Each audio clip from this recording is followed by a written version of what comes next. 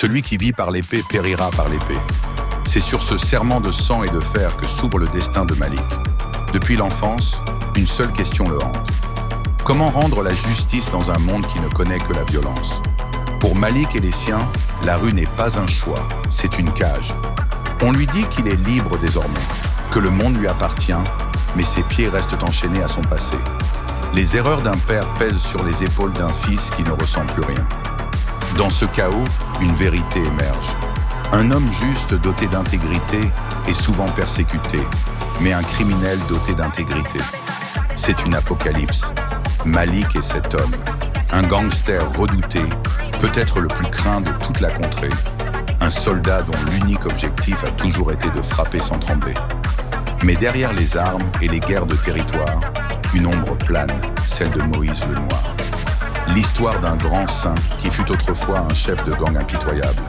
Un homme qui a tué, un homme qui a mené des guerres, avant que le divin ne vienne réclamer son âme. Malik commence à changer, il lit la Bible, il cherche la vengeance divine, il cherche un sens à ce cycle de mort. Pour ses alliés, pour ceux qui ont grandi avec lui, Malik devient un étranger. Ils disent qu'il change de camp, qu'il s'égare, qu'il bafouille des prières au lieu de charger ses armes. Dans leur monde, un frère qui change est un frère qui doit disparaître. Pour eux, chaque jour où Malik reste en vie est une menace pour leur empire. Ils complotent dans l'ombre, prêts à se débarrasser de celui qui était autrefois leur leader. Malik se retrouve seul face à son destin. On lui conseille de s'asseoir dans sa cellule, car c'est là, dans le silence et l'isolement, que la vérité se révèle. La bataille qu'il s'apprête à mener n'est plus contre ses ennemis de la rue, mais contre lui-même.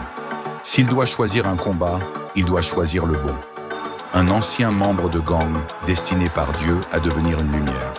Un soldat qui ne cherche plus le meurtre, mais la rédemption. Malik est prêt pour la guerre finale, celle où l'on ne meurt pas pour un territoire, mais pour sa foi. Que la volonté de Dieu soit faite, car le saint et le gangster ne font désormais plus qu'un.